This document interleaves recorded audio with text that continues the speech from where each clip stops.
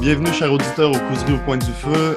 On est de retour cette semaine pour notre Causerie du Carême avec le Père, le Monseigneur Guillaume Bruté de Rémur. Alors, chers auditeurs, je veux vous interpeller. Vous savez que les podcasts, les balados comme le nôtre fonctionnent et réussissent à perdurer grâce aux bouche à oreille. Alors, si jamais vous aimez ce qu'on propose, notre contenu, etc., alors n'hésitez pas à en parler. À partager sur vos réseaux sociaux, vos plateformes respectives. Et comme ça nous permet, nous aussi, de perdurer dans le temps et de pouvoir toujours vous offrir plus de nouveaux contenus. Alors, bonjour Guillaume, comment ça va? Bien, ça va bien, Emmanuel, ça va bien. Ici au Liban, toujours, ces jours-ci, la température a monté subitement avec les fameuses tempêtes de sable qu'on appelle le Khamsin et que tu connais bien. Donc, vous m'avez vu tout écharpé avec des pulls et des parkas. Et maintenant, vous me voyez avec les manches courtes et presque en sueur. Alors, j'exagère un peu, mais ça va bien, ça va bien. Regarde, ici au Québec, moi j'ai su ce matin qu'il annonce 15 cm de neige en fin de semaine. Alors, la plupart pensaient que l'hiver était fini, mais non. Mais non, tu vois, jusqu'à la fin, Ouais, mais ils disent ici au Liban que la semaine prochaine, il va faire un peu froid. Tu sais qu'ici, il y a une grande lutte entre les catholiques et les orthodoxes parce qu'ils ont une semaine de séparation pour la Pâque régulièrement. Et donc, la grande question, c'est quel est le vendredi saint durant lequel il va pleuvoir? Parce que s'il pleut le vendredi saint à la date catholique, ça veut dire que Dieu est catholique. S'il pleut le vendredi saint à la date orthodoxe, ça veut dire que Dieu est orthodoxe. c'est excellent. Donc, c'est la grande question. C'est vendredi prochain qu'il pleut ou celui d'après? Excellent. Alors, Guillaume, aujourd'hui, en tout cas, nous, ce qu'on sait, c'est que vendredi prochain, on va avoir notre dernière causerie du carême. On va faire ça sur, disons, on pourrait appeler ça, là, pour reprendre le titre de ce film un peu controversé, La dernière tentation de Jésus. On veut parler notamment du Vendredi Saint, de ce combat-là, on pourrait dire cosmique, mais ce serait peut-être un peu trop tomber dans le manichéisme, là, mais de dire un peu cette dernière bataille que Jésus a menée à sa passion face aux démons. Moi, j'ai toujours été touché avec la représentation qui est faite dans la passion de Jésus-Christ. On voit tout le démon qui est là et qui est comme ce lion dont nous parle Saint Pierre, qui rôde autour de Jésus, au milieu de la foule. Donc, chers auditeurs, la semaine prochaine, on va avoir là, une dernière causerie un petit peu plus longue pour ça, pour le Vendredi Saint. Aujourd'hui, par contre, on parle de notre dernier pharmacone, le dernier remède, la dernière arme qu'on a pour le carême. En fait, une arme qui est pour le carême, on s'entend, disons, le carême, c'est une excuse pour nous porter à la pratiquer. On a déjà parlé du jeûne, de la prière, et aujourd'hui, on va parler de l'aumône. Oui, l'aumône, c'est donc justement cette dernière arme que l'Église nous donne pendant le carême et qui est liée à cette dernière tentation dans l'évangile de Matthieu, qui est la fameuse tentation de l'idolâtrie, le moment où Jésus-Christ est porté sur cette haute montagne et il voit toutes les richesses du monde, le pouvoir, la puissance, et le démon lui dit si tu m'adores, je te donnerai tout ça. Hein. Moi, j'aime à penser, toi qui connais un peu ces régions, que cette haute montagne, c'est la montagne de l'Hermon, qui encore aujourd'hui est un point crucial, parce que de là, on voit toute la Syrie, la Jordanie, Israël et le Liban. Et c'était au fond cette montagne qui dominait cette décapole, qui était ces 10 villes puissantes, pleines d'argent.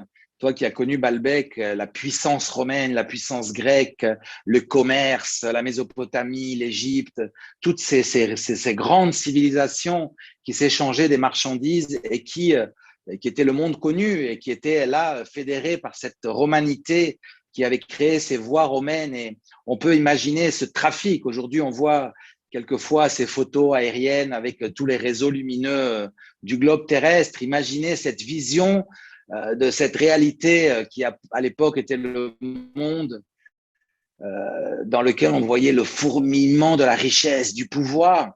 Et ce démon qui dit à Jésus, voilà, tout ça, ça va être à toi si tu m'adores. hein, si tu reconnais que je suis le prince de ce monde. Et Jésus-Christ lui dit, tu n'adoreras que le Seigneur ton Dieu.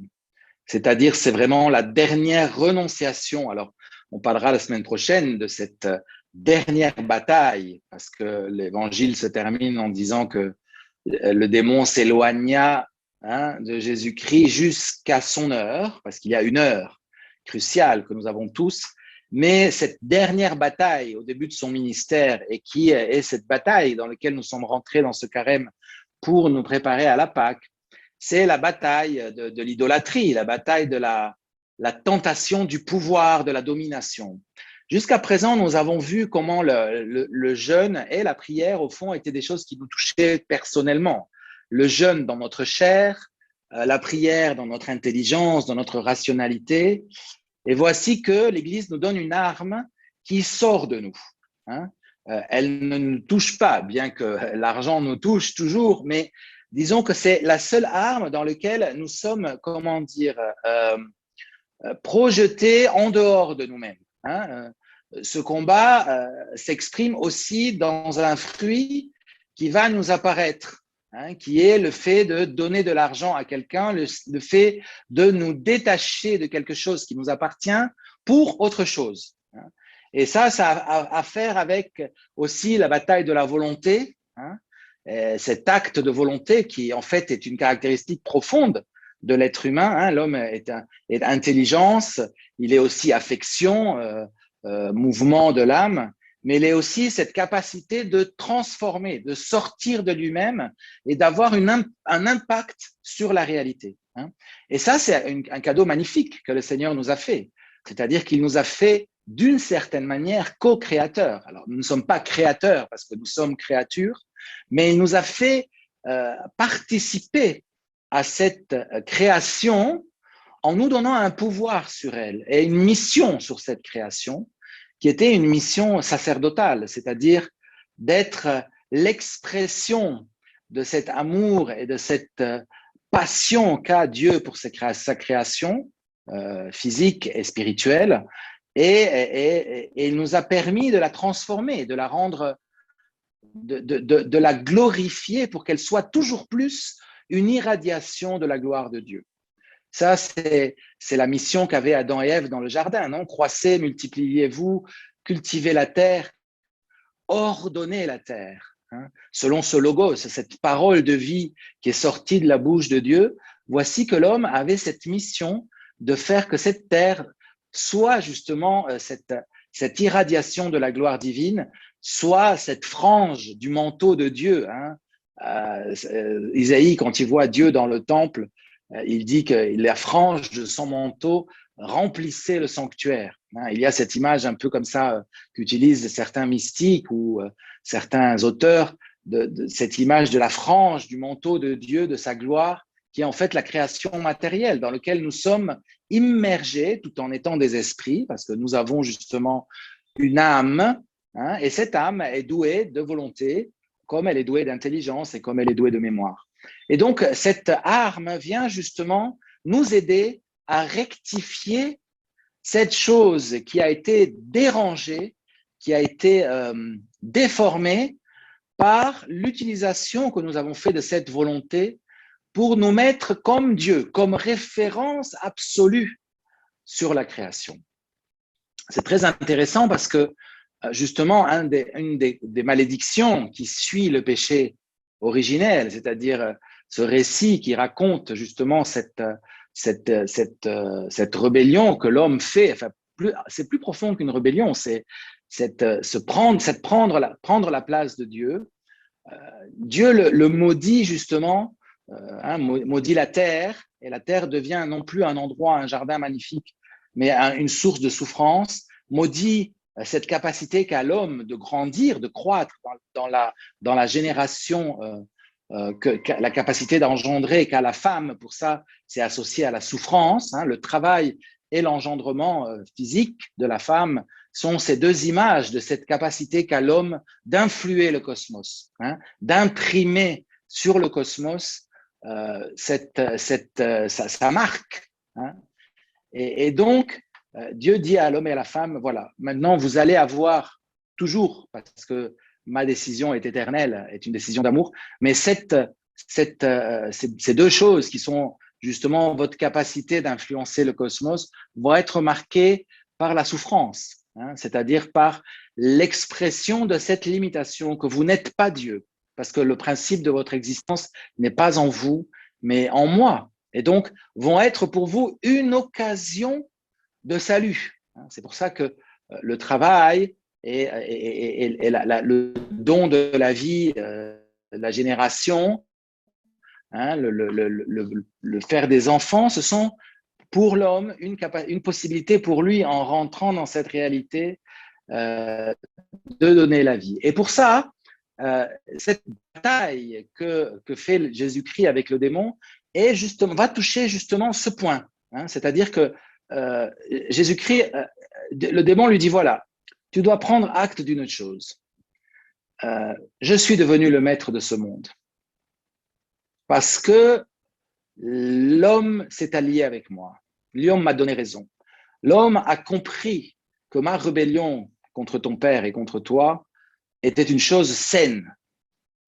Et donc, il est mon allié et je domine ce monde à travers lui. Et toi, tu peux participer de façon extraordinaire à cette réalité que nous sommes en train de créer, ce monde fourmillant de richesses, ce monde…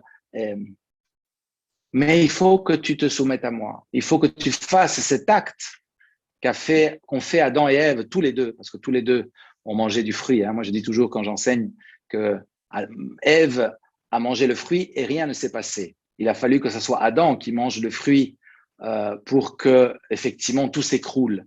Pas parce que, mais parce que c'est un acte commun, c'est un acte de l'humanité. Hein. On a toujours tendance à penser au péché d'Ève, mais c'est pas le péché d'Ève, c'est le péché de l'humanité, de cette humanité magnifique, duel entre l'homme et la femme. Bon, je rentre pas là-dedans aujourd'hui, mais et donc Jésus-Christ est mis face à cette épreuve, qui est l'épreuve que nous avons tous. Avec qui tu veux transformer le monde? Avec qui tu veux transformer le monde? Hein?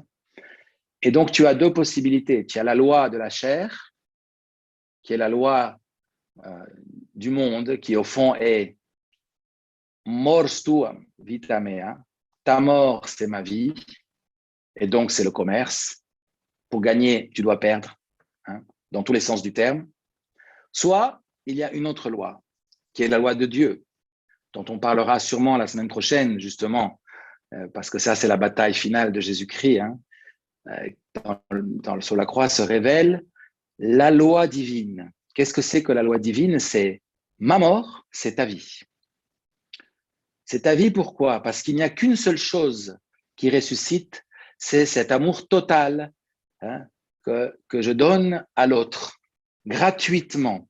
Ça, c'est ce qui véritablement peut transformer l'univers. Ça, c'est la raison, dans le sens logos, hein, la raison d'être de tout l'univers. Parce que l'univers est construit sur cette donation absolue que fait Dieu de lui-même en reversant son amour sur la création et en le créant.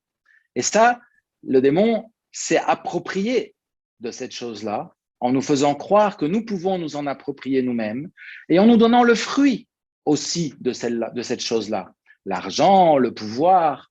Mais au fond, il nous a plongés dans sa solitude à lui. Hein, parce qu'à la fin, quelque part, hein, Jésus-Christ dit, il parle du malhonnête argent, hein, de la malhonnête richesse. Hein, parce que derrière cette apparente luxuriance de la vie du monde, selon cette logique démoniaque, hein, il y a la solitude de l'homme.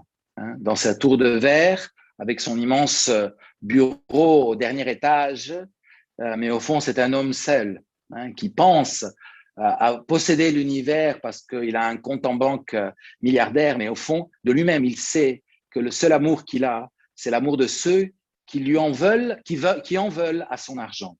Hein. Et donc, l'homme achète tout. Hein. Et au fond, toute notre vie se base sur cette capacité de commerce, ce fait d'acheter l'affection des autres, d'acheter les autres, de nous approprier des choses. Hein.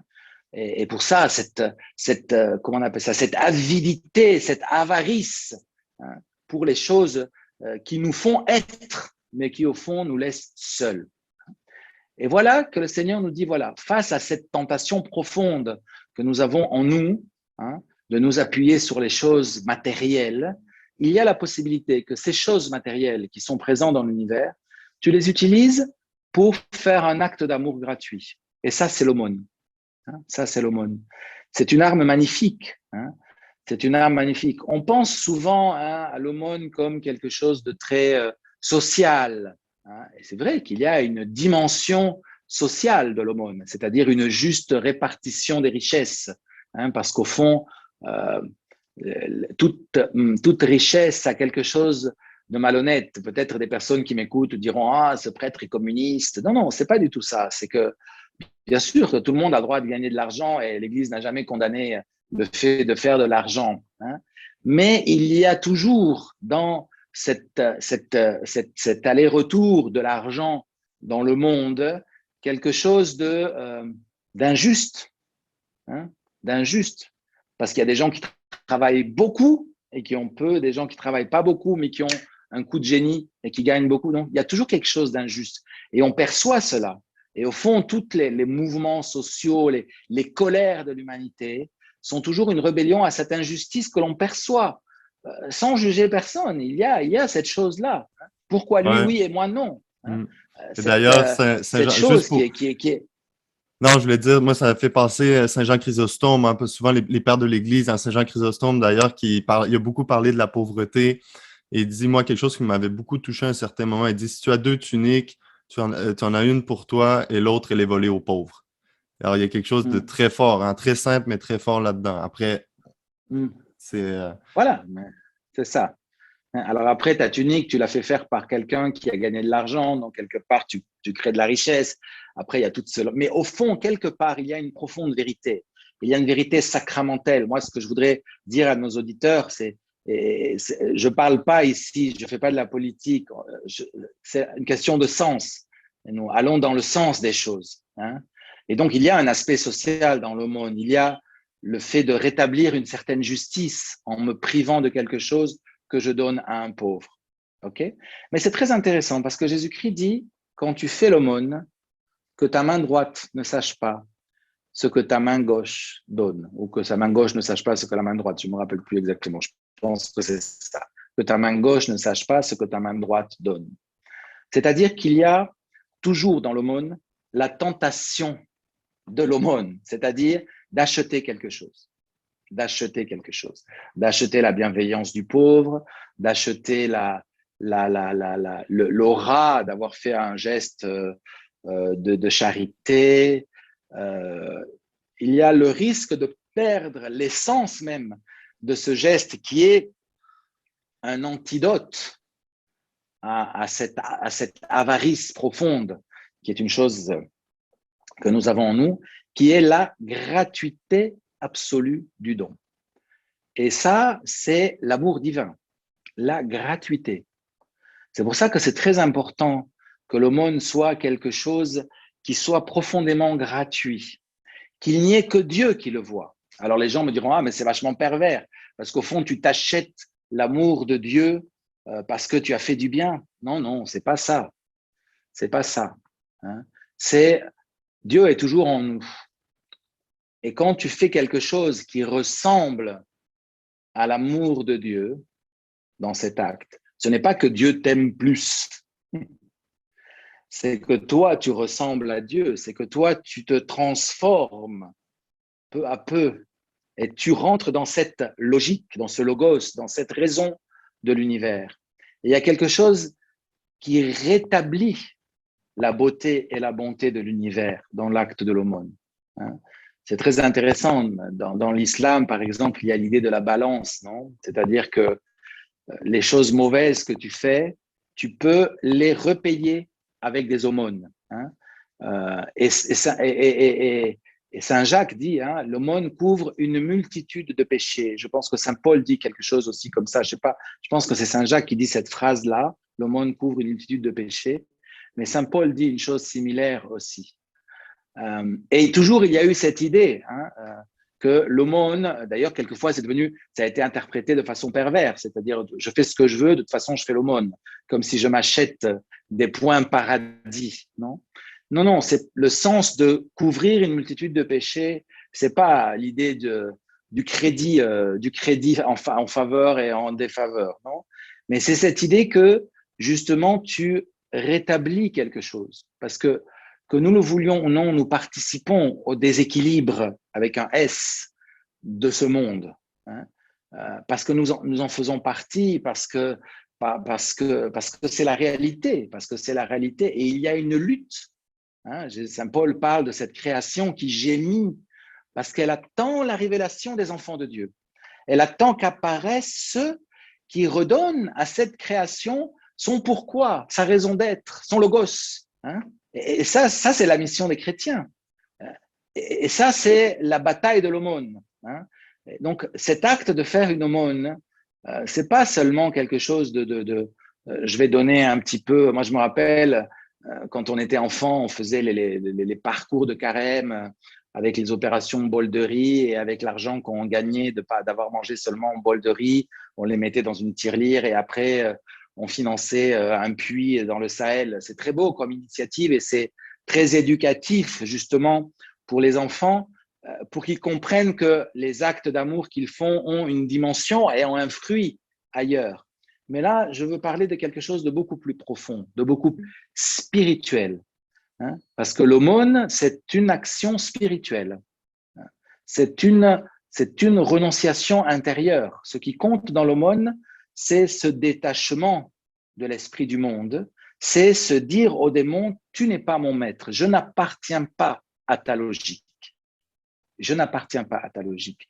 Je suis un fils de Dieu qui ne plie pas le genou, qui n'adore pas ce monde, qui n'adore pas le démon. Pour ça, l'aumône aussi doit faire du mal. Les gens, quand ils me demandent combien je dois donner, jusqu'à ce que ça te fasse mal. Si tu penses que donner 50 €, ça te fait pas mal, donne plus. Quand tu arrives à un moment, tu sais que là, si tu vas donner ce billet-là, ça fait mal. Et là c'est le moment où arrive la chose. Parce que quand tu acceptes de te faire mal, il y a cette acceptation de la malédiction qu'a reçue Adam et Ève. Tu rentres dans cette souffrance parce que cet argent, tu l'as gagné à la sueur de ton front, qui est une expression biblique. Tu retireras ta nourriture à la sueur de ton front. Et donc, cet argent que tu as gagné à la sueur de ton front, il rentre dans un circuit différent, dans le circuit bancaire de Dieu, dans le circuit de l'éternité. Et il transforme progressivement l'univers dans cette réalité magnifique que nous vivrons le jour de la résurrection finale, dans lequel toute la réalité sera transfigurée à tous les niveaux, même dans la matière. Donc, voilà, l'aumône, c'est quelque chose vraiment un cadeau immense que le Seigneur nous fait dans ce carême pour pouvoir nous mettre à l'épreuve, nous scruter intérieurement. Et reconnaître que nous appartenons au monde de Dieu. Nous appartenons au monde de Dieu. Je trouve que c'est bien parce que ça me faisait penser en t'écoutant, Guillaume, que dans le fond, le monde vient boucler la boucle de ces trois armes de prière, de jeûne. Pourquoi? Parce que c'est très beau ce que tu as dit au début. Il y a l'idée dans le fond, dans le monde, de devoir sortir. Il y a cette sortie vers l'autre, cette arme qui nous est donnée parce qu'on cherche, comme on a vu, on cherche à se remplir. Alors, quand on parlait du jeûne, on parlait souvent la nourriture devient par la gourmandise, ce désir d'être rempli. Et là, le jeûne vient purifier notre intérieur. Et je faisais le parallèle aussi avec cet évangile. On dit que cette personne qui lave la maison, et là, la maison est toute belle, elle a mis à la porte les démons. Alors là, le jeûne vient purifier l'intérieur. Mais après, s'il n'y a pas ce retour, comme tu disais, ce processus littéralement de conversion, qui devient se concrétiser par l'aumône, par le don, alors qu'est-ce qui arrive?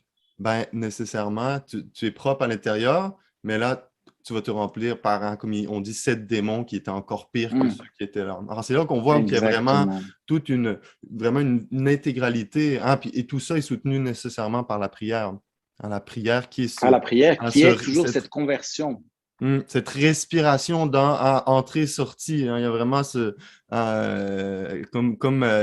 justement les pères parlaient, hein, de, comment ils appellent ça, exitus hereditus. Hein, je crois que c'est une chose comme ça. Quand il parle même Dieu, quand il fait la création, on se va et vient, même, puis c'est lié à la prière, hein, de cette respiration, même que nous, on est appelés à vivre par ce souffle de vie qui nous a été donné.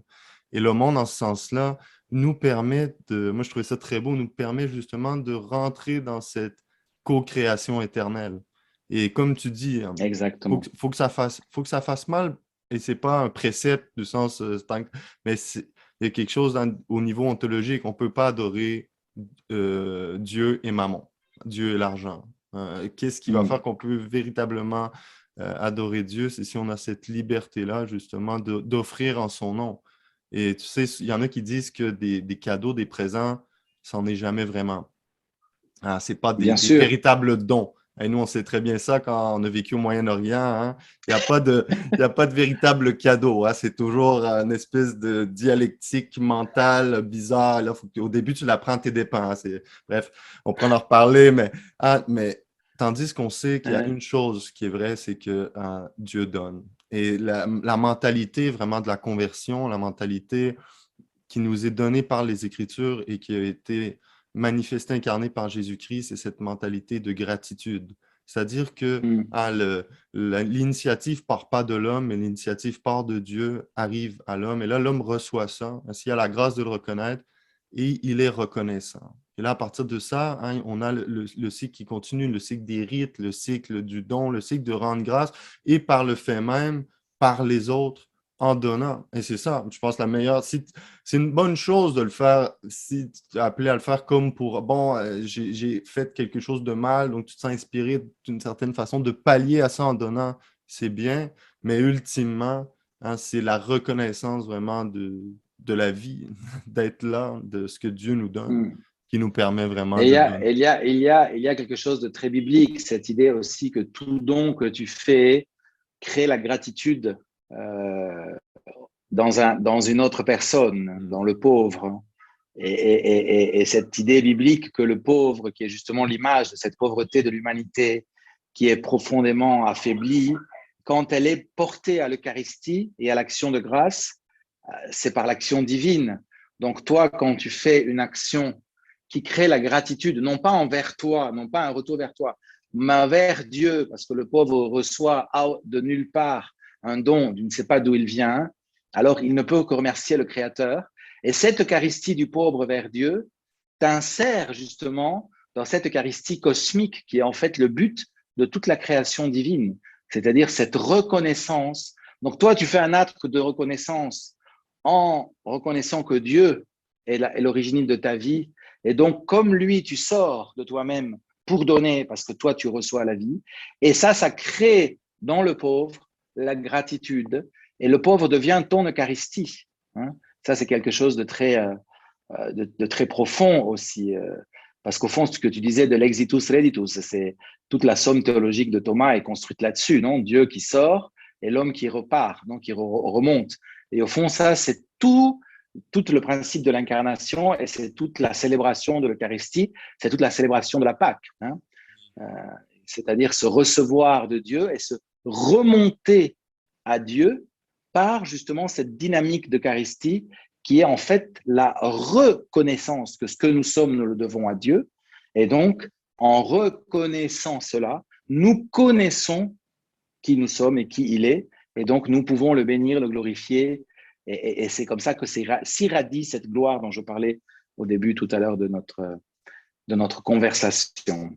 Merci beaucoup, Guillaume. Puis en finissant, j'ai envie d'inviter nos auditeurs. J'ai déjà entendu parler de cette dynamique du don-là qui crée un cercle vertueux. Là, je ne sais pas s'il y en a qui vont avoir l'occasion d'aller au service à l'auto, hein, que ce soit de McDonald's ou ici au Québec, on a Tim Hortons, n'importe quoi. Et il y a des très belles histoires avec ça. Hein. Tu vas au service à l'auto, tu commandes ce que tu as commandé, tu arrives à la caisse et tu payes ce que tu as commandé et tu payes ce que le gars derrière toi la personne derrière toi a commandé aussi. Et toutes les fois, les témoignages disent que quand il y a quelqu'un qui fait ça, on rentre dans une dynamique du don et un cercle vertueux commence. Il peut être très, très long durant la journée. Ça peut durer pendant beaucoup, beaucoup Ah, de gens. Le fait, tu fais crime, pourquoi cette personne-là a payé pour moi? Alors là, il y a cette gratitude-là qui naît comme dont celle que tu parlais tout à l'heure.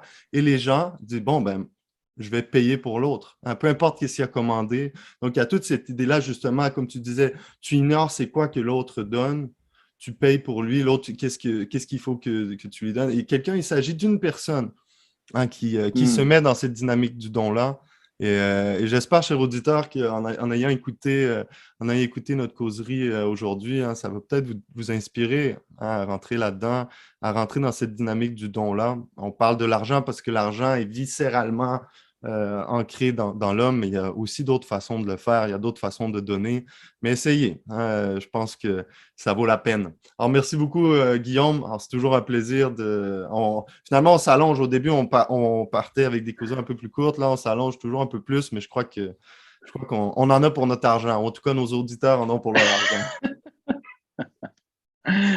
Ok, au revoir et à bientôt, à la semaine prochaine. Salut, Guillaume.